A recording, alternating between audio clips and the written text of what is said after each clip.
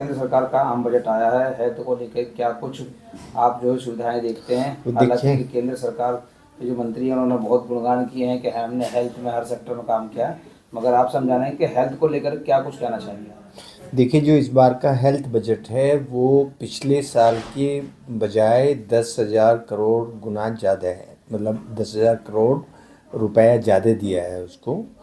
और इसमें जो उन्होंने ये वादा किया है कि 200 डे केयर कैंसर सेंटर बनेंगे, हर ज़िले में बनेंगे।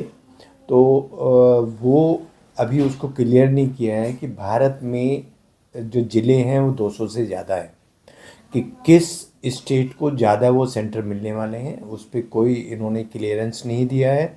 दूसरा, वो कह रहे हैं कि 39 जीवन रक्षक दवाइयों पे उन्होंने कस्टम ड्यूटी या टैक्स हटाया है। वो 39 दवाई कौन कौन सी हैं उसको लिस्ट आउट नहीं किया है। तो ये जो इस तरह की बातें हैं कि जो बताई गई हैं लेकिन लिस्ट आउट नहीं की हैं, तो उस पे हमें ध्यान रखना होगा कि ये कब, क्या और ये कहाँ ये सुविधाएं मिलने वाली हैं।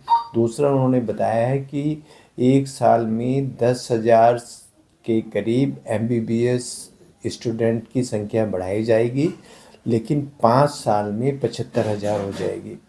तो अगर 5 साल में 75,000 होनी है तो एक साल में एवरेज हम मान के चलें कि 15,000 होगा। वो जो उन्होंने 10,000 बताया है, हो सकता है कि टंग उनकी फिसल गई हो, जबकि अगर हम 75,000 कर रहे हैं 5 साल में तो 15,000 एक साल में हो जाएगी। जो उन्होंने ये टीबी वाली बात कही कि 2025 में टीबी हम ख़त्म कर देंगे, तो उसमें जो रेजिस्टेंट ट्यूबरकुलोसिस है, जिसको एमडीआर ट्यूबरकुलोसिस हम बोलते हैं, वो थोड़ा सा मुश्किल लगता है क्योंकि उसका इलाज कम से कम 3 साल चलता है।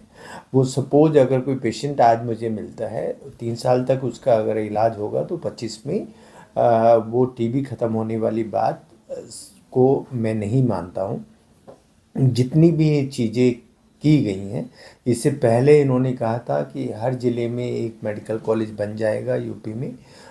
वो जो कि अभी तक हमारा कोई देखने में नहीं आया है कि कोई मेडिकल कॉलेज, जो मेरठ वाला मेडिकल कॉलेज है उसके आसपास किसी सरकारी मेडिकल कॉलेज की नींव रखी गई है।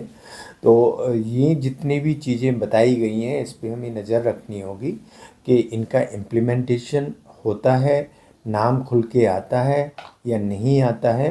पर जो ये घोषणाएं हुई हैं, जितनी भी घोषणाएं इन्होंने की हैं, ये पहले बजट से अच्छी हैं। पर वो इम्प्लीमेंटेशन होने के बाद हम बताएंगे कि कितना अच्छा है कितना बुरा है। यानी डॉक्टर साहब माना जाए कि जल्दबाजी में घोषणा हुई कि दवाइयों के नाम भी नहीं है, आप मना कर रहे हैं दवाइयों के नाम भी नहीं है और भी जो नींव रखी गई है वो भी नहीं है, तो क्या जल्दबाजी में बजट डिक्लेयर किया गया है। नहीं, इसको जल्दबाजी नहीं बोलेंगे। ये हो सकता है कि अभी जो स्टेट में इलेक्शन होने हैं, जैसे दिल्ली में होने हैं, बिहार में होने हैं या और स्टेट में इलेक्शन होने हैं, तो उनको ध्यान में रख के ये सब हो गई हो घोषणाएं, लेकिन बाद में इनका इम्प्लीमेंटेशन ना हो। हेल्थ को लेकर और कुछ क्या कहना चाहेंगे डॉक्टर साहब कि किस तरीके की इस बजट को लेके उसमें आ सकती थी चीज़ें। वो देखिए, हेल्थ में भारत में जो खर्च होता है इंडिविजुअल और गवर्नमेंट, वो 50-50 है।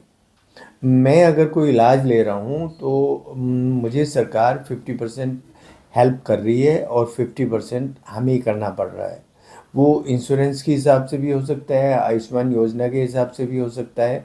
लेकिन जो दूसरी कंट्रीज हैं उनमें ऐसा नहीं है।